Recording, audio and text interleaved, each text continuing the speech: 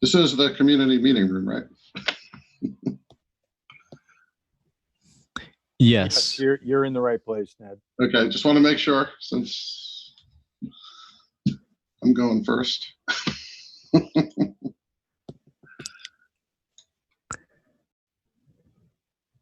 Oh, there's Greg. Hey, Greg.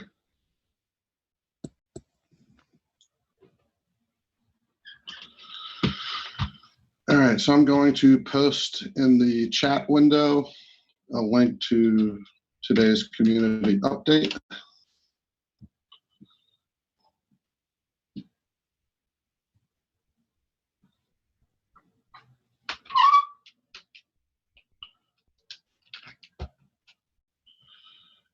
Greg, can you hear us?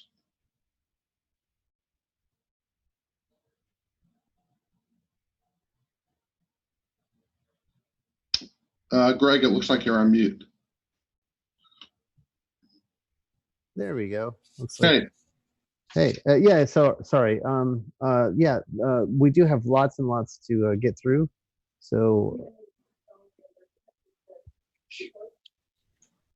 okay. We have a lot to get through, so we should dive directly into the technical updates. Ned, are you ready to walk us through that today? I am. Can everybody see my screen? Yes. Yes. All right. Yes. So I am.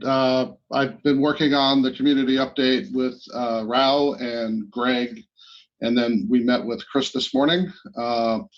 And so let me just dive into it. This is Community Update 82. Yesterday we released our node 9.11. There is a link in the document to the release plan. I have some work to do on ticketing and getting the announcements done and the follow through on all the doc stuff in Jira. That will be done before the end of the day. But that code has been released, and that means that Sprint 33 has been completed. A good amount of work was done. The consensus team, we improved the message protocol. We had to do some foundation work for bonding and unbonding, and providing peak to Casper. Now, peak to Casper, other parts of the peak have been done. And I think that was specifically from the comms team and the Rolang team. And so now that's unblocked and waiting for Casper to work on that. And let's see. I just wanted to kind of go through, I mean, everybody could read what's here, and if you have any questions, we could add more color to it. But I did want to also talk about the other items on here. So Mercury requirements and acceptance criteria. So there is a link here to the acceptance criteria. So as we've been saying, once we get to that period, we need 30 days of hardening. And in that 30 days, we need to go clean through without any SEV1 or SEV2 major defects. Okay. Any other defects will be ticketed, but they will not reset that 30-day counter. And you could see the next bullet point is the documentation of the features that will be in that release for Mercury. Okay, testnet status, testnet is available. And we will be doing testnet Thursday morning or Thursday, depending on your time zone. Community testing. So that's this Thursday. Now, I want to talk about community testing at this point, and you'll see we'll get to that in the security audits because we could start on comms, Rolang, and RSpace. Those are now stable. And so we really need the community to start engaging in stress testing or throttling the platform. So those who can make testnet, it would be great. And then other dApp developers who may not be able to make it, but I just want to put the call out there to the community that we really need active engagement at this point in testing. So whatever help is appreciated. I want to talk about security audits because this is something we also need to do, and we're going to be doing it, the audits in an iterative fashion. And the 3 areas we could actually start doing security audits now are comms, Rolang, and RSpace. So we're making arrangements to start those security audits, and that's a real positive development. Any questions at this point? Will any of the security testing or community testing be incentivized with ROC tokens or bounties? So we're going to take a multi-pronged approach on the so there's a difference between the audit versus a bounty program. So we're going to engage Whiteblock to do the security audit, and that means reading and analysis of the code and finding exploits, but this is slightly different than having a group of hackers like HackerOne who are going after the platform sort of in the wild. Those are 2 different approaches, and we want to take both approaches to ensure the highest level of quality. But this first approach is a more traditional audit rather than a bounty program. Does that make sense? Yeah, it makes sense. I just wanted to know if you are following RChain, if there's any room to be paid in ROC for participating in testing at this moment. Because yes, HackerOne and Whiteblock are professional companies. They provide services at a professional level. Yeah. Yes, but we have to be careful that there's it's really easy to game that system, and we found that the bounty programs have been gamed up one side and down the other from day one. So we're not going to open up a bounty program unless or until we have a really clear sense that it's not going to be gamed in a negative way for the cooperative. That's fair. That's a fair answer, I think. Yeah, I mean, literally, we just got out of small claims court with having dealt with someone who was gaming the bounty program. Fair. Okay, let's move on. Yeah. Okay. So there, I want to provide a little bit of color on what Ned said. So with respect to the peak work,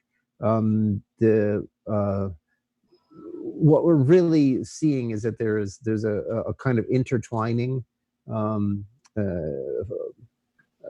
the point where it's reasonable to label it a functional dependency between the merge work and the peak work in order to make the Casper protocol be performant as relates to cost accounting. So there's this whole sort of tangle of pieces that are cost accounting, merge, and peak, and the cost accounting really can't be practical until we have all the ability to detect most of the conflicts, and that conflict and merge code is the focus of our efforts right now. But Rolang and RSpace, not comms, are the places where the peak code is complete and the PRs are merged. And so if the latest release, the latest release should have all of those changes in, and we should be seeing those changes available in the current testnet. But we're still waiting for the merge code, the conflict merge code, and the use of peak to make the cost accounting be practical. So before we move on from that topic, I just want to make sure people understand. Are there any questions about that?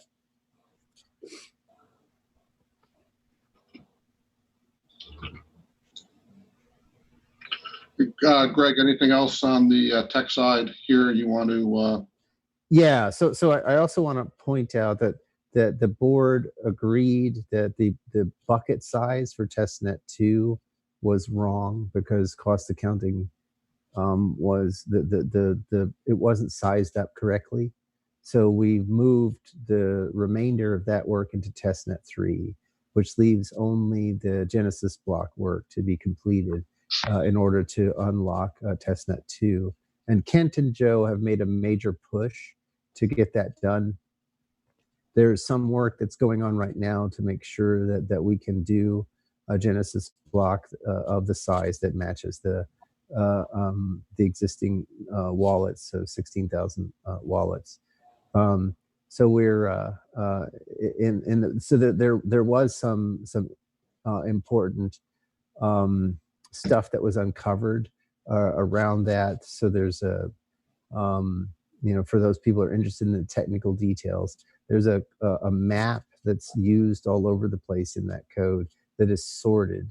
And it's quite likely that every time an insert is happening, the sort is being called, which causes, as the map grows, it causes a growth in the time to do the insert. So Kent is replacing that map with another kind of map, which should result in a significant performance improvement, and with luck allow us to go ahead and close off that feature and unlock testnet 2. So just want people to be aware that the board actually sort of took some steps here to say no, the cost accounting feature was not bucketed right for relative to the testnet specs, and that's been reflected in Jira.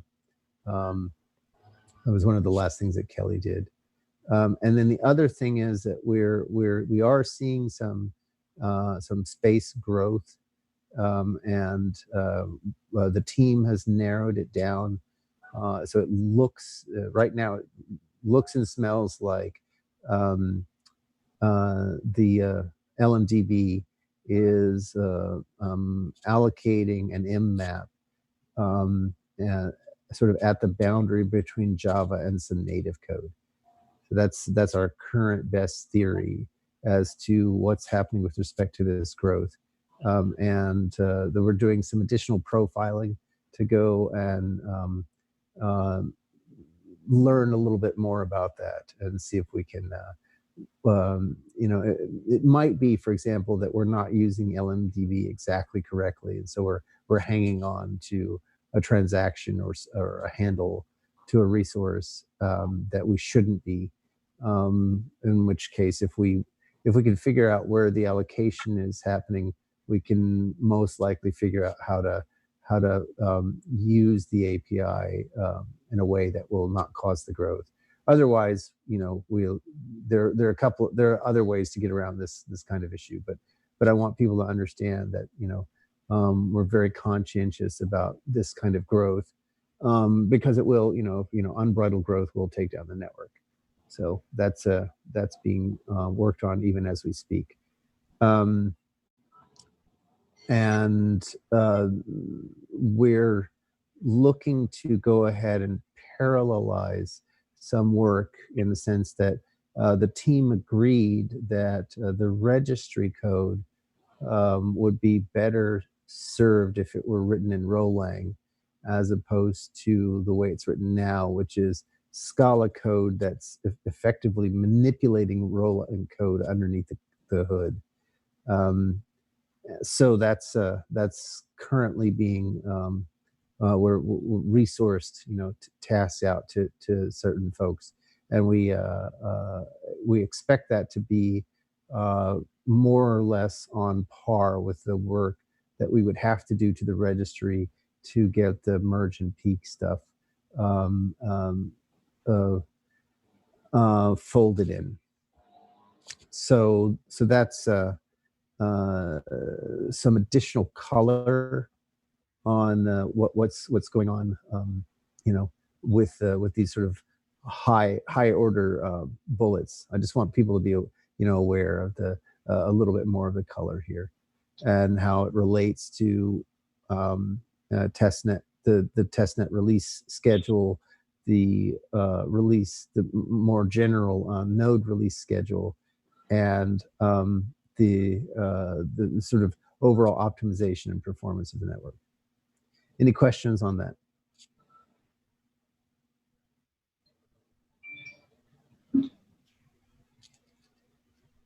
I just want to be clear, the peak work has not been merged yet, right? No, it has been. Everything except the peak work that's related to conflict. Yeah, you can see the PRs. So can we actually use peak? It's available in Rolang, and it's available in RSpace. So either you use it directly in RSpace or you use it in peak. Yeah, it's just not being used in Casper. Thank you. Mm-hmm. Is the rewrite of the registry into Rolang, is that a testnet 2 or a testnet 3 feature, or when will we see that? Yeah, it's a good question. I'll be able to probably be able to answer that accurately next week. Thank you. Yeah, no, it's a great question, and you know, I just want to make sure that we've tasked it to the right folks before I answer that question. Mm-hmm. Okay. Any other stuff you wanted to touch on, Ned? No, I think we're good. Okay. Good. Thank you for the presentation and the update. And I just want to take a moment to wish Kelly good wishes and good luck in her next venture. The co-op really appreciates her time. She's been in the role that she's occupied since October. So it's what, about 9 months. That's a really good run, and really under her guidance, the team made a lot of progress. So the co-op really wishes her well. Also, I want to say that Rao has stepped up to be interim program manager. So he's been at the stand-ups, and so we'll be seeing more of Rao. Right now, he's got a bit of a scheduling conflict. So Ned is presenting, but post this, not next week, but after that, I believe that Rao will sort of pick up giving the presentations until we find the permanent PM. So the pipeline for the PM position is currently being evaluated, and we'll have more updates about that as the week goes on. But yeah, that is also happening at a good pace. So any questions about that, the organizational stuff? Just a quick question. Will the community testing 7 a.m. PST tomorrow still be moving forward on schedule? Yes. Okay, thank you. Mm-hmm. So then I want to do a little bit of foreshadowing. We're going to be bringing on a pretty high-powered resource to the dev team. It's someone that many people know, but I won't say his name until we've signed the contracts. But we're adding a member of the team who was a prominent member of the team before. He's returning to the team to help out with Rolang and RSpace and a few other things, taking a dev lead role. And so the dev resources will be expanding in this way, and that will provide additional support to Chris, Ned, Rao, and myself, which I think it's very timely that this happens, and more on that probably by the end of the week. But we're all very excited to have our friend return. So a few other things. The board had a special meeting, and because there's so much interest, voted to increase the size of the second tranche by half again as much. So that has already been approved, and the Tron, even that much is entirely spoken for, even as we speak. We continue to get really, really good interest in investment in the co-op. I'll be talking about a lot more in detail on Friday.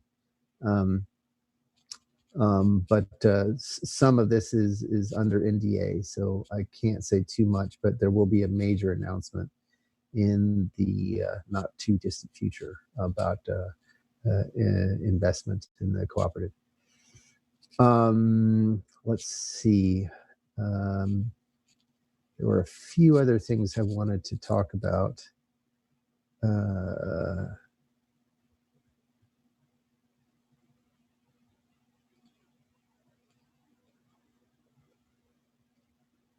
No, I guess that's everything on the list. Yeah, that's everything on the list. Any questions from anyone about what we've covered so far? Yeah, I actually have a question outside of the scope of the last 22 minutes. I'll just give a second if anyone else wants to answer a question relevant to the topics discussed in the last 20 minutes.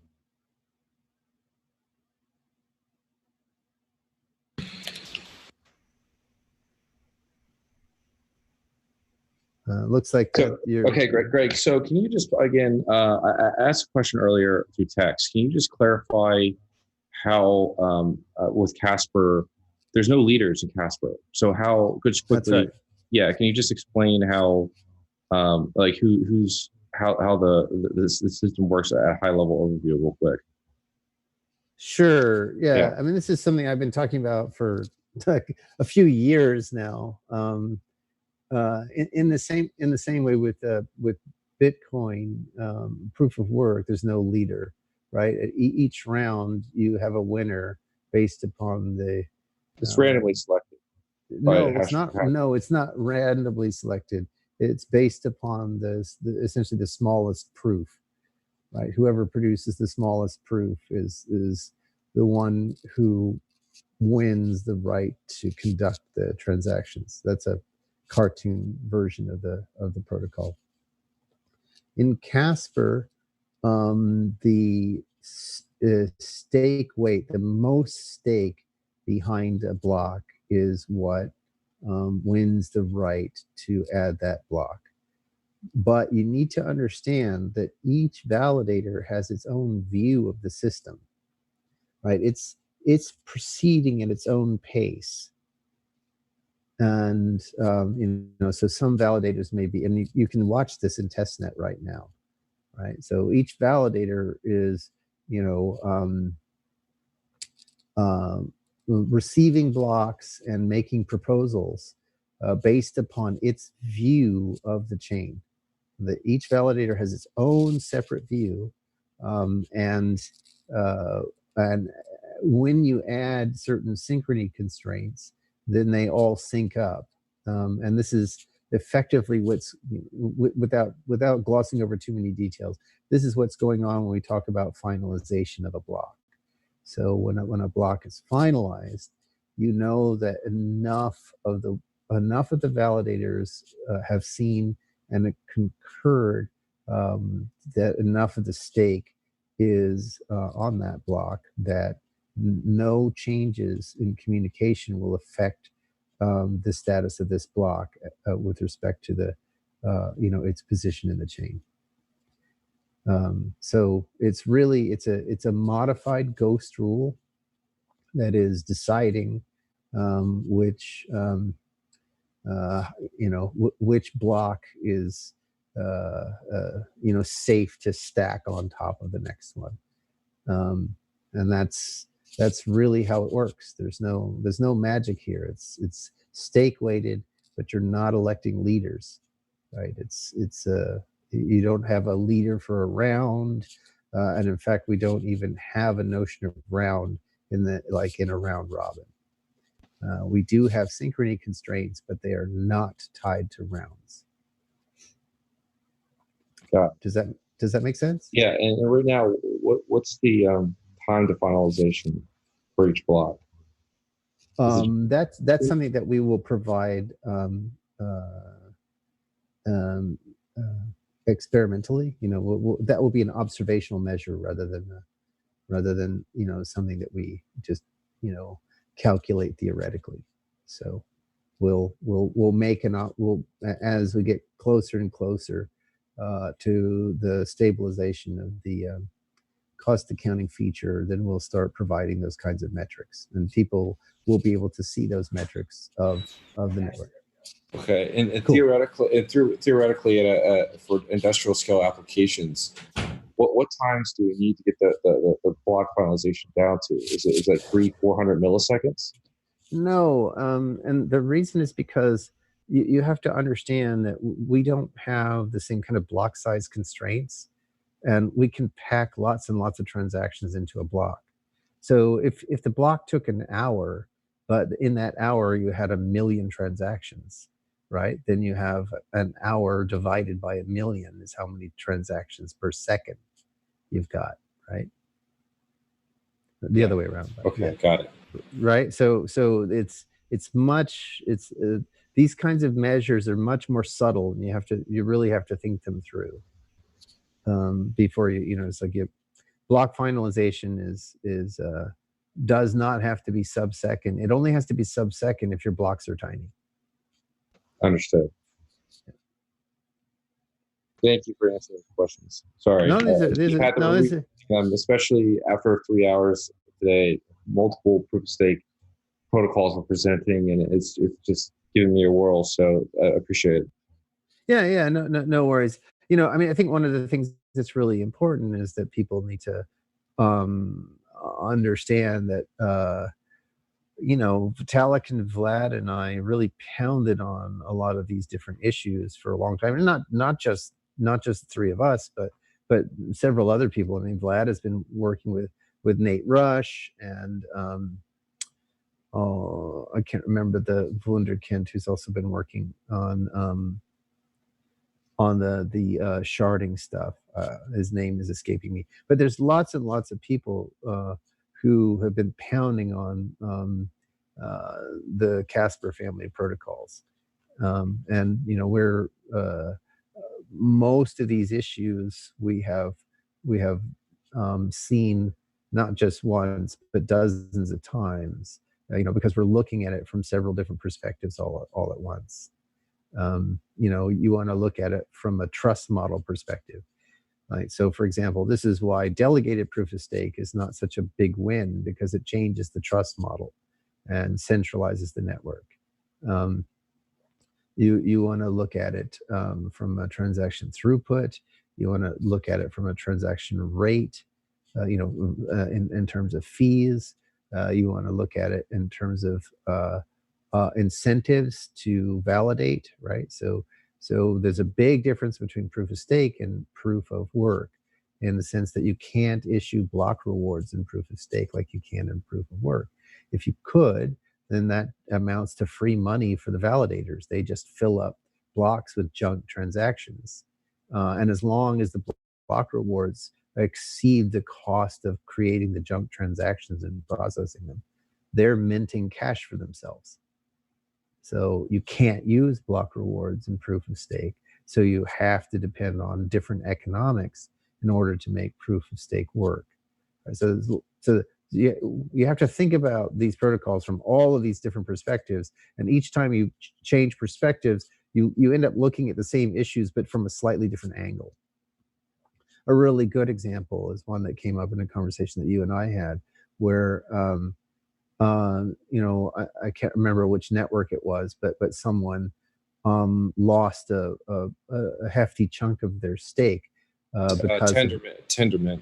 Yeah, right. Tendermint. Someone who was running on top of Tendermint lost a hefty chunk of their stake because essentially a misunderstanding of the use of the API. Now, the co-op is very sensitive to the fact that the protocol is nascent. This is the first pure proof of stake protocol to be released with this kind of trust model. And And so we fully expect there to be issues with respect to slashing that could happen because of an error in the protocol or a legitimately misunderstood error in usage. And so the co-op has a policy, which is a stated policy for, I don't know, the last 9 months or so, that we will hold slashed funds in a pool for reconciliation. And then after the reconciliation process, then the funds will be distributed to the right party. So if it turns out that someone successfully adjudicates that they were slashed wrongly, then the funds will be returned. If, however, we have cryptographically secure proof that the slashing was correct, then the funds will be distributed in a different way, to the remainder of the validators. So it's a different.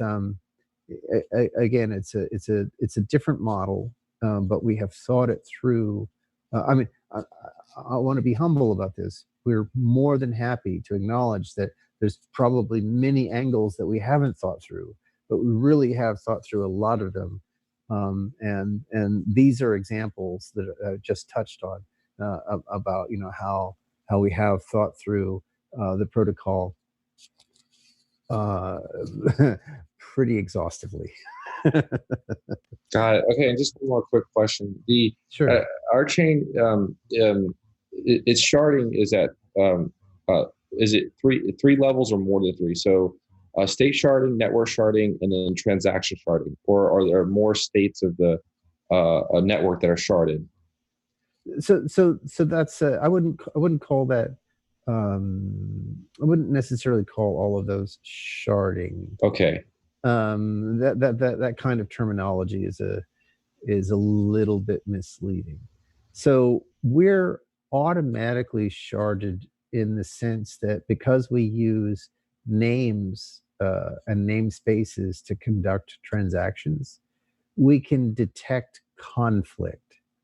And because we can detect conflict, we know when you can pack a block with a bunch of transactions because they're not stepping on each other's toes. And you can kind of extend that idea to, if you know that a particular namespace is not going to touch another namespace, then all of that processing can be run entirely in parallel. But that's only at one level. So you could call that transaction sharding, but that's not sufficient in a sort of wild west trust model, because there's nothing in that analysis that also looks at whether or not every party in that shard has colluded to rip off other shards. So at the point at which you need to have transactions that cross from one namespace to another, you run a risk with respect to trust, where some bad actors can stand up a shard, collude, and do double spins, because they've all sort of written malicious or malevolent variations of the node, do double spins, and then when there's cross shard transactions, so we're talking a transaction that touches on one namespace and the namespace associated with these bad actors, then you need to be able to verify that there wasn't a transition, a COM event, that was wrong or erroneous,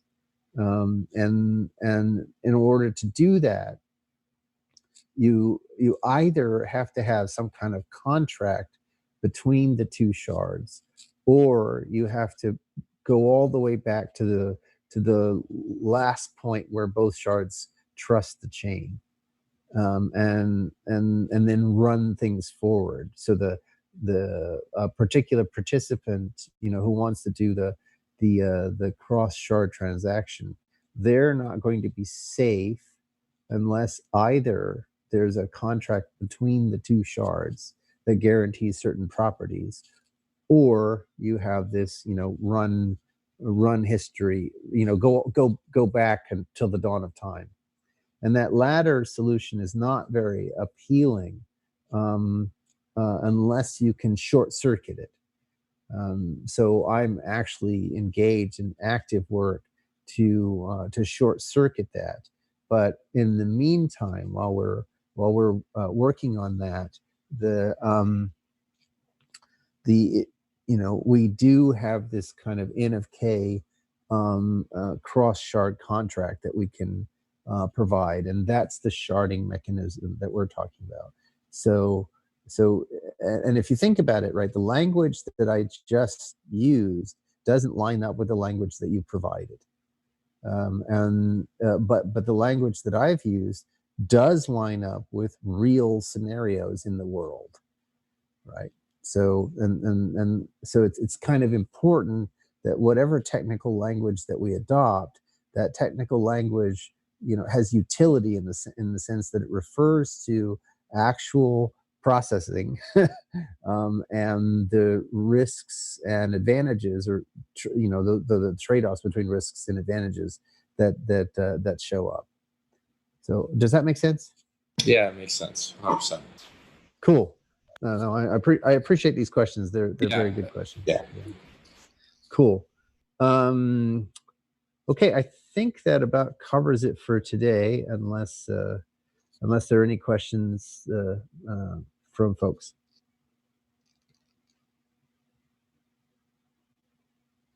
Great. So there are some really happy updates that I can give sort of behind closed doors to members.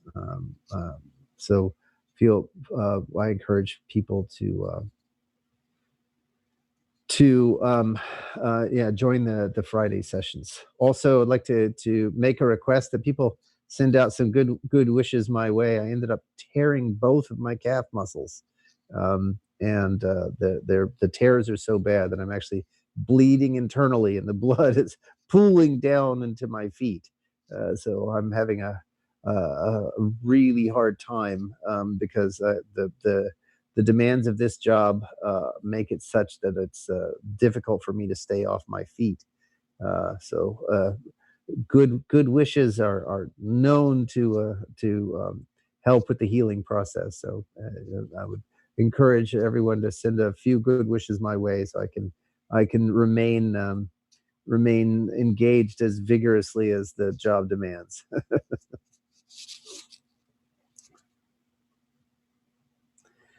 All right.